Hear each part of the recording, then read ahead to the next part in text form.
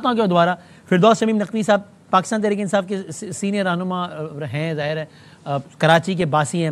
فردوس صاحب السلام علیکم. وعلیکم السلام برادر. شکریہ حضور. اب پتہ نہیں سالوں بیت گئے، مجھے کتنی کنورزیشنز آپ سے یاد آ رہی ہیں جو اس حوالے سے ہوئی ہیں. مجھے یہ بھی یاد ہے کہ اس شہر کی اتھارٹیز کے حوالے سے آپ نے ایک بیان دیا تو بیان آپ کے گلے پڑ گیا تھا، خود آپ کی لیڈرشپ بھی آپ سے ناراض ہو گئی تھی اور آپ کو اس کا خمیازہ بھی بھگتنا پڑا تھا.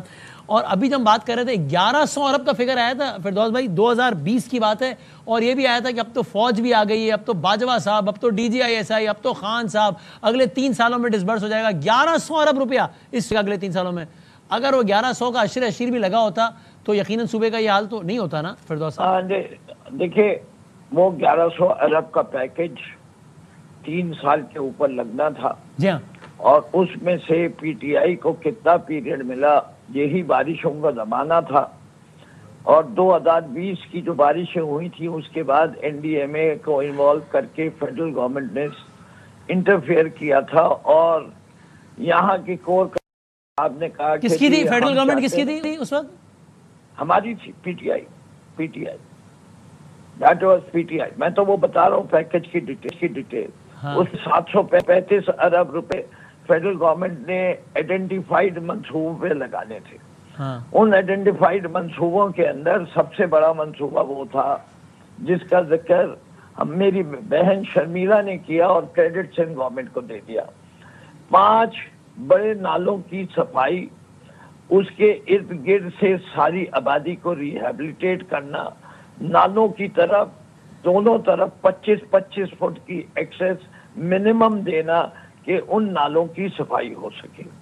یہ کام مکمل ہو گیا تھا پی ٹی آئی کے دور کے اندر. اور اس کے پوری فنڈنگ جو کہ تقریباً 140 تھی، جس کا پورشن باقی رہ گیا تھا وہ نالوں کی ٹریننگ ہو گئی تھی، صفائی ہو گئی تھی. جو لوگوں کو ریہیبلیٹیشن کی کمپنسیشن دینی تھی وہ پوری طریقے سے ڈسبرس نہیں ہوئی تھی.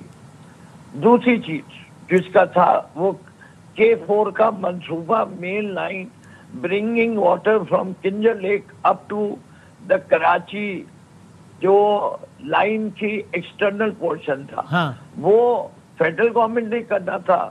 اور جو اس کے بعد انٹرنل لائنز تھی وہ گورنمنٹ آف سندھ نے کرنی تھی، اور وہ انہوں نے کلک کے پروگرام کے تحت کرنے کا فیصلہ کیا تھا. ہم نے اس منصوبہ پوری طرح رک چکا تھا، ڈیزائن فیلئر ہو چکا تھا. وہ پورا منصوبہ دوبارہ سے ری ڈیزائن کیا گیا، ڈیزائن کو ویٹ کروایا گیا.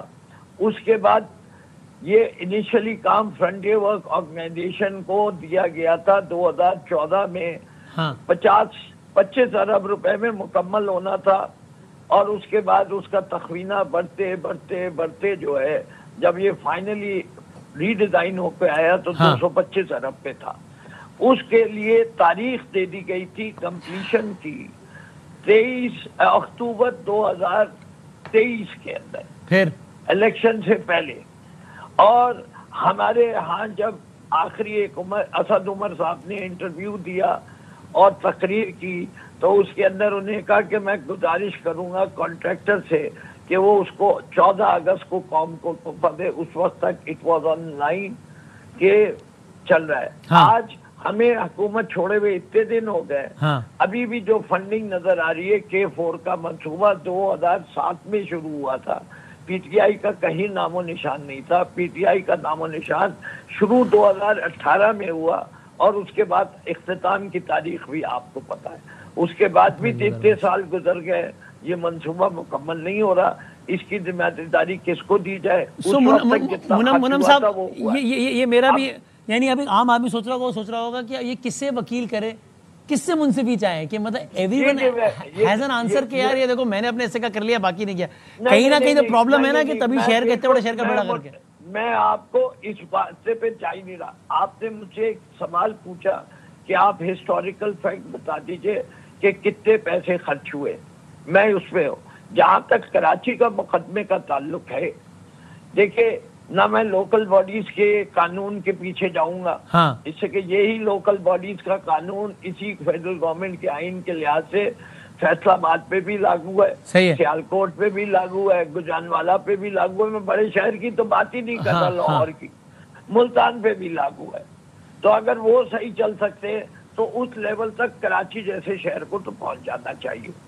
اس سے کہ قانون تو وہی ہے، تقریباً وہی 2 لائنیں جو کانسٹیٹیوشن میں وہ پنجاب تو کو. آپ کا ون لائنر کیا ہے فردوس صاحب؟ میں چاہتا ہوں ابھی جب ہم سمیٹیں اس کو اگلے 5-7 منٹ میں، تو ویور چاروں مہمانوں کی طرف سے ایک ون لائنر لے کے اٹھے کہ ان کے خیال میں یہ ذمہ داری ہے زیادہ تکنیکی ہوئے بغیر. One liner is this, کہ those who have been in power in the province and in the city, because یہ after the 18th amendment یہ فیڈرل گورنمنٹ کی ذمہ داری نہیں بن سکتی، چاہے وہ آج کی فیڈرل گورنمنٹ ہو، کل کی ہو، یا آنے والے کل کی ہو.